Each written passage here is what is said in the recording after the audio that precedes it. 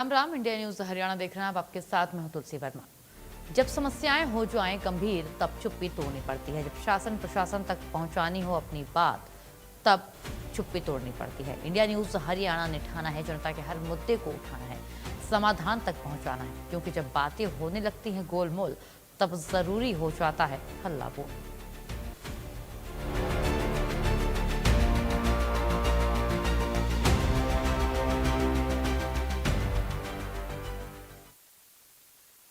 हल्ला बोल की इस खास पेशकश में हम इस हफ्ते बात की है हमने अतिक्रमण की और इसके साथ ही रॉन्ग साइड पार्किंग करने वालों के बारे में। कैसे ये सड़कों पर बाजारों में अतिक्रमण करते हैं और जाम की स्थिति पैदा हो जाती है। बाजारों के लिए बनाई गई खुली खुली जगह बिल्कुल सिकुड़ से जाती है। आने जाने वाली जनता को निकलने में परेशानी होती है और इसमें सिर्फ अतिक्रमण करने वालों की गलती नहीं होती। कई बार तो कुछ दुकानदार खुद ही अतिक्रमण ना करके दूसरे रेहड़ी वालों को चंद पैसों के लिए अपनी दुकानों के सामने रेहड़ी लगाने की अनुमति दे देते हैं। वहीं दूसरी तरफ जल्दी के चक्कर में और अपनी सुविधा के लिए दूसरों की सुविधाओं को ताक पर रखकर के रॉन्ग साइड पार्किंग करने वाले भी बड़े जाम की स्थिति पैदा कर देते हैं। कई बार ऐसे लोगों की वजह से लंबे लंबे कई घंटे के जाम लग जाते हैं। ऐसे में सवाल ये उठता है कि क्या इनमें प्रशासन की कार्रवाई का कोई डर नहीं है या फिर प्रशासन की कार्रवाई में ही कुछ कमी है जो ऐसे लोग बाज नहीं आते। आपने पूरे हफ्ते अपनी राय हमारे साथ साझा की और आज इस विषय पर हम करेंगे विस्तार से चर्चा। हमारे साथ कुछ खास मेहमान भी जुड़ेंगे। मैं समय हूँ होटल मार्केट के अंदर और मैं दिखाना चाहूँगा किस रोड पर अतिक्रमण की वजह से जाम लगा रहता है और जाम की वजह से आने जाने वाले लोगों को काफ़ी परेशानियों का सामना करना पड़ता है। मैं दिखाना चाहूँगा किस तरह से आप देख सकते हैं कि जो अतिक्रमण है दुकानों के आगे कम से कम 20 फुट सामान रखा हुआ है दुकानदारों का और उसकी वजह से ये पूरी तरह से जाम लगा हुआ है। आप देख सकते हैं तस्वीरों की पूरा रोड जाम है और आने जाने वाले लोग काफ़ी परेशान हैं। तो इस तरह से लगातार जाम शहरों के अंदर बना रहता है और जैसे आम जनता को जो आने वाली जनता है शहर के अंदर जो खरीदारी करने के लिए जनता है वो खासी परेशान रहती है। तो इस तरह से लगातार शहरों में अतिक्रमण की तरफ जिला प्रशासन को या नगर परिषद को देखना होगा कि इस जाम से किस तरह से मुक्ति मिले, लोगों को किस तरह से इस जाम से मुक्ति मिलेगी तो सभी शहरों का आवागमन ठीक होगा। और लोग हमारे साथ हैं, उनसे बात करते किस तरह से ये जो जाम है जाम शहर में किस तरह से बढ़ा। क्या नाम है जी? मेरा नाम जितेंद्र कुमार माहौर है जी। हाँ जितेंद्र जी, जो जाम है किस तरह से बना हुआ शहर में? ये ढकेले रेडी की बालों से लगा हुआ जाम है पूरा। और वैसे तंबू वाले भी मतलब रोड पे मतलब जाम लगा देते हैं। सारी क्वेश्चन तो ये है कि जो दुकानदार आगे सामान रखा हुआ दुकानदारों का और कोई दिक्कत नहीं। मतलब कितनी परेशानी होती है आप लोगों को?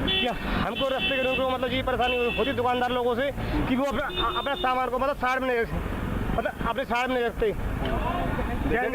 देखा किस तरह से इनका कहना है कि जो दुकान रोड पर सामान रखे रहते हैं, इसके साथ ही जो वाहनों को भी रोड पर खड़े करके चले जाते हैं, जिससे जाम की स्थिति लगातार बनती रहती है। और हमारे साथ है, इनसे मतलब बात करते कि किस तरह से जाम क्या नाम है जी? रतन सिंह की जो जाम है शहरों के अंदर किस तरह से लगा रहता है, क्या परेशानी होती है आम जनता को? परेशानी है कि जाम इतनी बुरी तरह लग जाता है कि महिलाओं को, बुजुर्गों और बच्चों को भारी परेशानी होती है। जब बच्चों की छुट्टियां होती है, बच्चे निकलते हैं तो निकल नहीं पाते हैं। कारण क्या है कि दुकानों के आगे 10-10 फुट दुकानदारों ने घेर रखी है।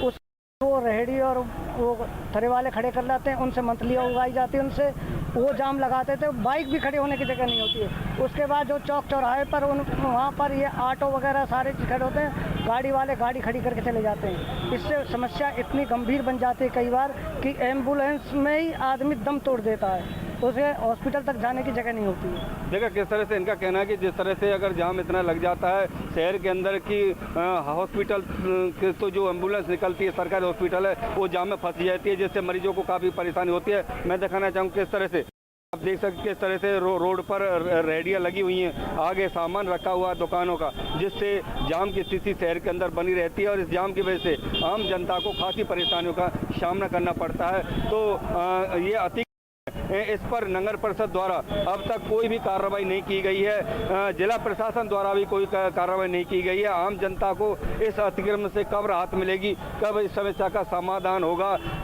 तो तब पता लगेगा कि जनता इस समय अतिक्रमण से भारी परेशान है और लोगों का यही कहना है कि इस जाम की वजह से आने जाने वाले लोगों को पैदल निकलना भी बड़ा ही मुश्किल होता है और जिला प्रशासन, नगर परिषद इस तरफ कोई ध्यान नहीं दे रहा है कि अतिक्रमण से लोगों को राहत दिलाई जाए और शहर को साफ सुथरा, जाम रहित, अतिक्रमण रहित बनाया जाए। लेकिन इस तरफ अब देखना है कि कब तक लोगों को इस अतिक्रमण से राहत मिलेगी। पलवल से ऋषि भारद्वाज, इंडिया न्यूज।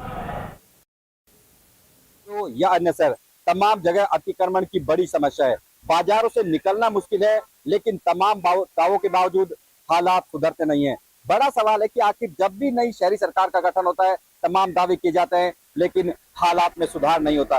मैं बीएमजी मॉल के पास हूँ और आपको दिखाऊंगा किस तरह से सड़कों पर ही व्हीकल खड़े कर दिए जाते हैं। और ये वो बड़ी कंपनियां हैं जिनके व्हीकल खड़े होते हैं, जो करोड़ों रुपए का रेवेन्यू पर मंथ करते हैं। लेकिन सवाल ये है कि आखिर इसका जिम्मेदार कौन है? सड़कों पर जो फुटपाथ होती है, जो आम लोगों के लिए चलने के लिए होती है, उस पर भी अतिक्रमण कर दिया जाता है। ऐसे में देखना होगा कि तमाम दावों के बावजूद आखिर हालात सुधरते क्यों नहीं और उसका जिम्मेदार कौन है। आप शहर में किसी भी तरह देखोगे, रेवाड़ी शहर के मोती चौक जाएंगे, आपके मॉडल टाउन जाएंगे, कहीं भी जाए हालात एक जैसे दिखाई देंगे। हालात इस कदर खराब है कि शहर की लाइफ लाइन कहे जाने वाले सर्कुलर रोड तक पर भी कहीं न कहीं अतिक्रमण की समस्या बनी रहती है। सबसे बड़ा कारण है कि शहर में कोई भी जो पब्लिक पार्किंग होती है उसकी व्यवस्था नहीं है। तमाम लोग सड़कों पर अपने व्हीकल खड़े करते हैं, जिसके चलते हालात और बिगड़ते हैं और अतिक्रमण की समस्या रहती है। कुछ लोग भी मौजूद हैं, उनसे जानेंगे आखिर अतिक्रमण की वजह क्या है।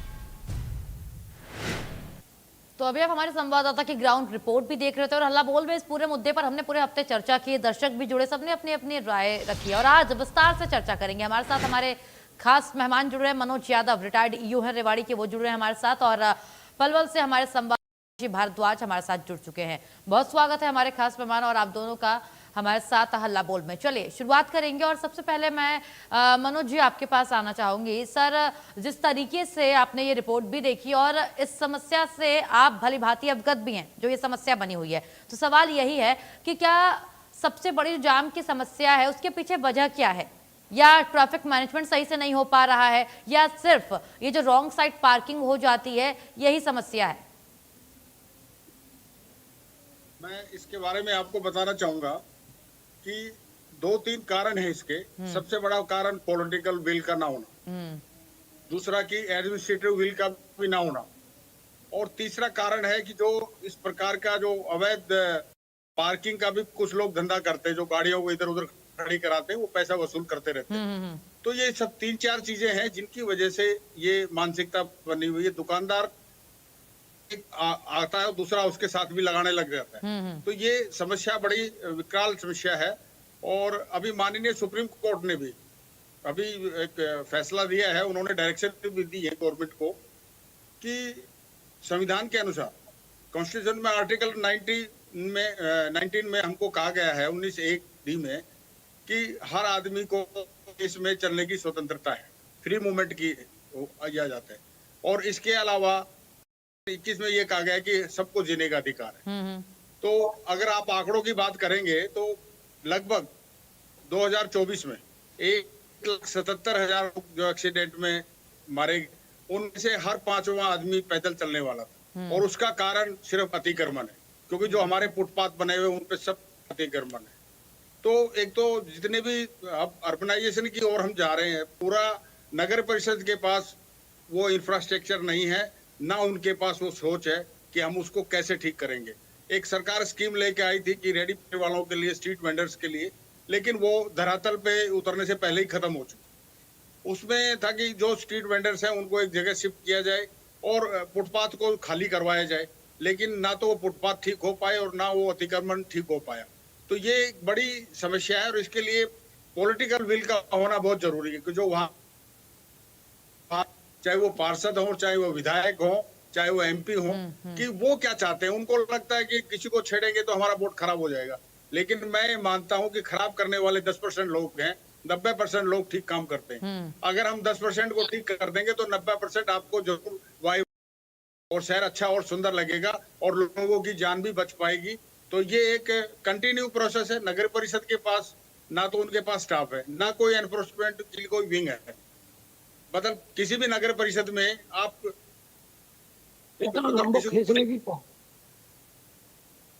जी मेरे दुकान लगा ये बिल्कुल।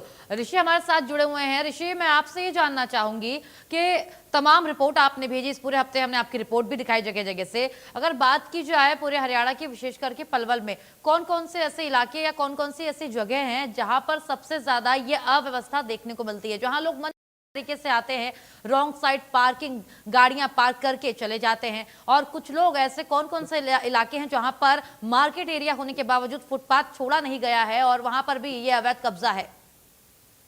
ऋषि जी बिल्कुल, मैं बताना चाहूंगा जिस तरह से पलवल जिले में जो अतिक्रमण बढ़ रहा है लगातार, जो हमारे सर्विस रोड है NH जो 44 है, उस पर जो सर्विस रोड बने हुए हैं, उस पर जो ट्रैक्टर मार्केट है, ट्रक मार्केट है, जो सर्विस रोड है वो उन्होंने घेरा हुआ है पूरी तरह से। बात करें मीनार गेट की, तो मीनार गेट शहर का सबसे बिजी जगह है, सबसे बिजी शहर है, सबसे बिजी रोड है, जहां पर सवारियां के जो लोग खरीदारी करने के लिए आते हैं वो वाहनों को खड़ा करके चले जाते हैं। साथ ही जो रेहड़ी हैं वो बीच रोड पर लगी रहती हैं, और जो दुकानदार हैं अपने दुकानों के आगे रेहड़ियों को लगवाते हैं। जो पैसे लिए जाते हैं 300 से 500 रुपए प्रति दिन के हिसाब से रेहड़ियों से पैसे लिए जाते हैं, जिससे रेहड़ी पर काम चलता है। तो उस पर बात करें होटल शहर की, तो होटल शहर के जो पुराना GT रोड है वहां से लेकर हसनपुर चौक है, और यहाँ पर रेडियो का जमावड़ा है, पुराना GT रोड पर है, बाबू जगजीवन राम चौक पर है, और यहाँ पर चरण सिंह चौक पर है, जितने चौक चौराहे सभी पर रेडियो का जमावड़ा है। साथ ही दुकानदारों ने अपना जो दुकान है सामान वो लगभग दुकान से 20 फुट 25 फुट रोड पर रखा हुआ है, जिससे अतिक्रमण बढ़ता है। क्योंकि जब वाहन निकलने के लिए जो जाते हैं वो जाम में फंस जाते हैं, खासकर एम्बुलेंस भी कई बार जाम में फंसी है, क्योंकि जो सरकारी हॉस्पिटलों से जाती है, निजी हॉस्पिटलों से जो एम्बुलेंस जाती है मरीजों को लेकर, उनको लगभग आधे पौन घंटे जाम में रहना भी पड़ा है। इस तरह से अगर ये रेहड़ी पटरी पर रोक लगाई जाए, दुकानदार जो अपने आठ दुकानों का सामान रखते फिर रेहड़ियों को लगवाते हैं, तो इस पर रोक लगाई जाए तो तभी लोगों को इस अतिक्रमण से राहत मिलेगी, जब ही शहर जो अतिक्रमण से मुक्त होगा। तो इस तरह से कहीं ना कहीं जो शहर के दुकानदार है, नगर परिषद इसमें खासी जिम्मेदार है, क्योंकि नगर परिषद के अधिकारी ना तो कोई चालान काटते हैं और नहीं कोई निर्देश देते हैं। अगर जब बात करते हैं हम पुलिस प्रशासन से, उपमंडल अधिकारी से, तो उपमंडल अधिकारी पुलिस प्रशासन का यह कहना होता है कि नगर परिषद के अधिकारी अगर हमको नोटिस देंगे, हमको दरखास्त देंगे, शिकायत देंगे, तो हम उसके साथ फोर्स भी अवेलेबल होगी और अतिक्रमण को हटाने के लिए पूरी तरह से हम भूमिका निभाएंगे। लेकिन कहीं ना कहीं जो नगर परिषद है वो राजनीतिक भेंट चढ़ा हुआ है, जिस वजह से अतिक्रमण पर कोई लगाम नहीं लग पा रही है। लोग के वजह से खासे परेशान रहते हैं। बिल्कुल, लोग परेशान तो रहते हैं ऋषि। मनोज सर, मैं आपसे एक चीज भी ये भी जानना चाहूंगी, नगर परिषद का जिक्र किया है अभी हमारे संवाददाता ने, तो ऐसे कौन सी मजबूरी रहती है परिषद की कि वो इन चीजों को समझ नहीं पाते, या फिर जो रूल्स एंड रेगुलेशंस हैं वो आम जनता तक पहुंच नहीं पाती, वो इन दुकानदारों तक पहुंच नहीं पाती कि अगर ये इन फुटपाथों पर कब्जा करेंगे और अवैध पार्किंग करेंगे और तमाम अगर अव्यवस्थाएं करेंगे तो इनके खिलाफ एक्शन हो सकता है? क्या ऐसे कुछ रूल्स हैं, या फिर इनको जानकारी ही नहीं आम जनता और ये जो छोटे दुकानदार जो व्यापारी हैं? मनोज जी।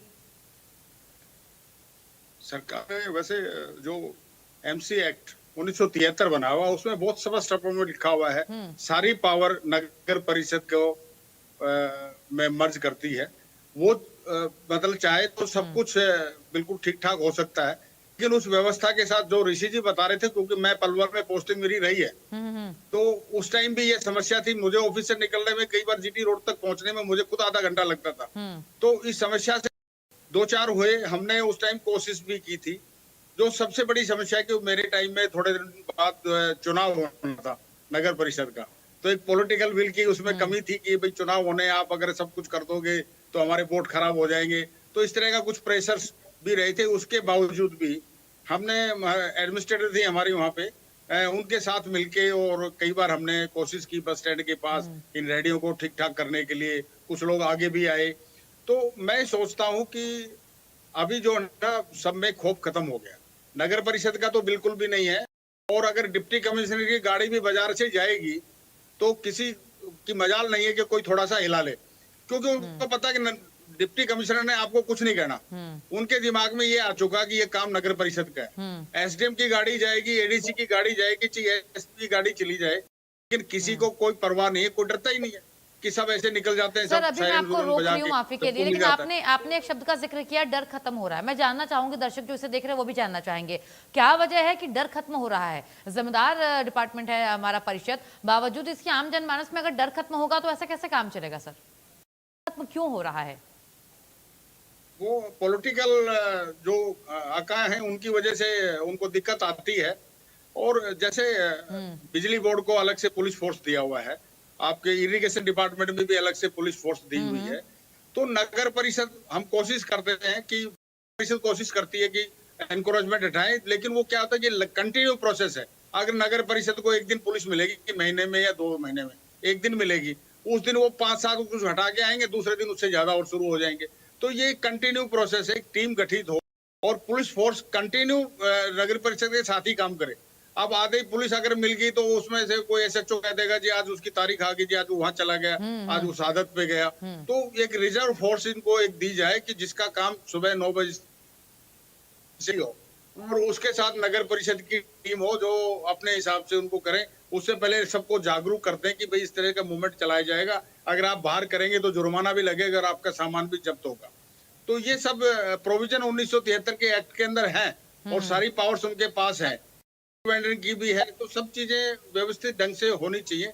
तो मैं सोचता हूँ कि ये एक इच्छा शक्ति की कमी है, बिल्कुल। क्योंकि नगर परिषदों के पास तो स्टाफ नहीं है, उनके पास कोई ऐसा टेक्निकल कोई स्टाफ नहीं है, कहीं बिल्डिंग इंस्पेक्टर नहीं है, कहीं सैनिटरी इंस्पेक्टर नहीं है, आप कैसे उसको काम को करोगे? ईओ क्या क्या करेगा? तो ये सब नगर परिषदें जो हैं इनको थोड़ा स्ट्रॉन्ग करना चाहिए कि जो एनफोर्समेंट विंग है आप उसको स्ट्रॉन्ग कीजिए कि वो जाके उसको प्रचार प्रसार करे और उस पर एनफोर्समेंट करे, लागू करे उसको।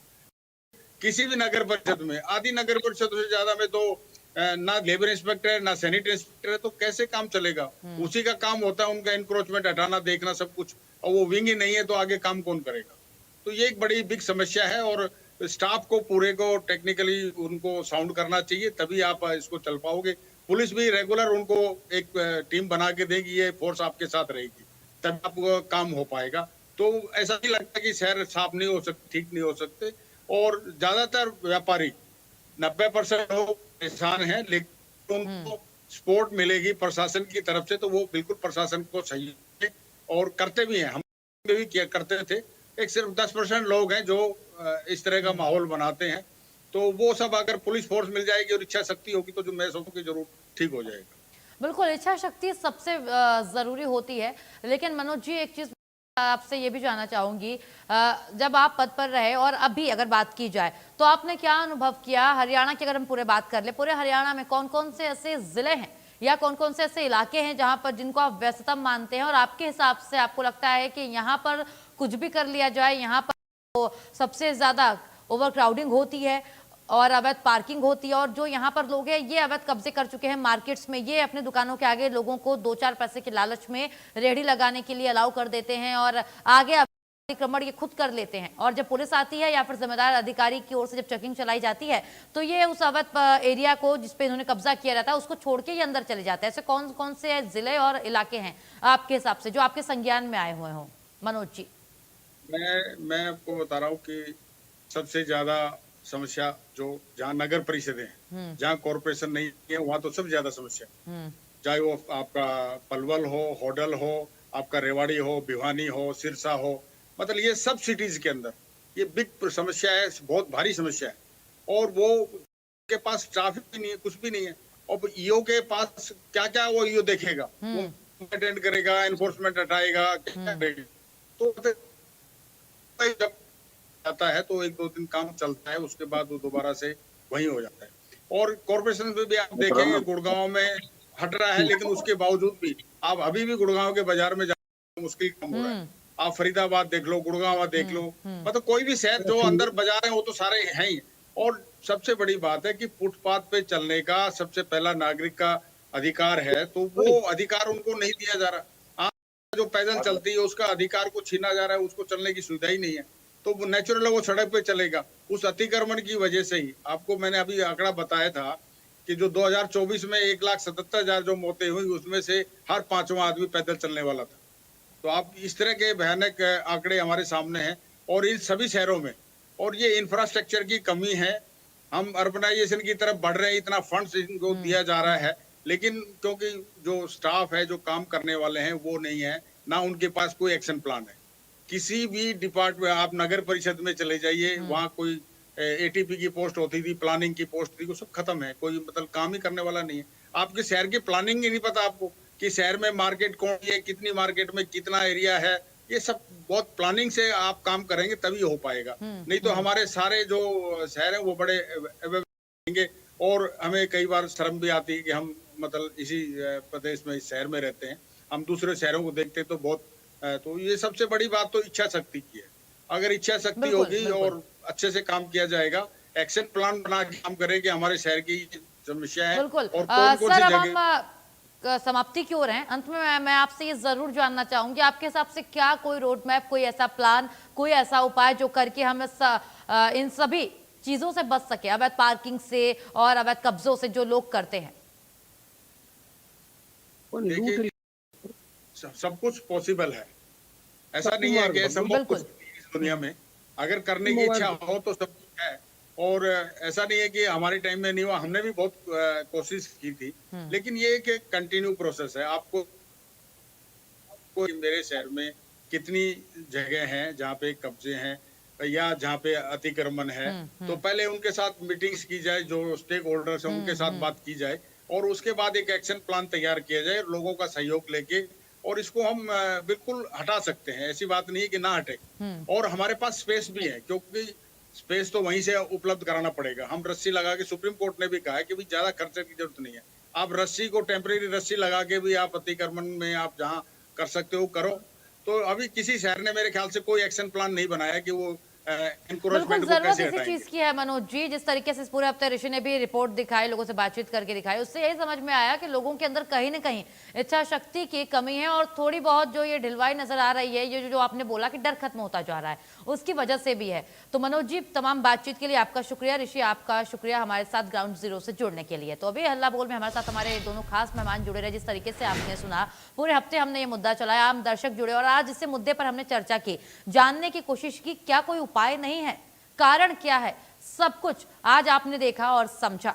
फिलहाल हल्ला बोल में आज के लिए इतना ही। तमाम खबरों के लिए इंडिया न्यूज हरियाणा के साथ आप बने रहिए। राम राम।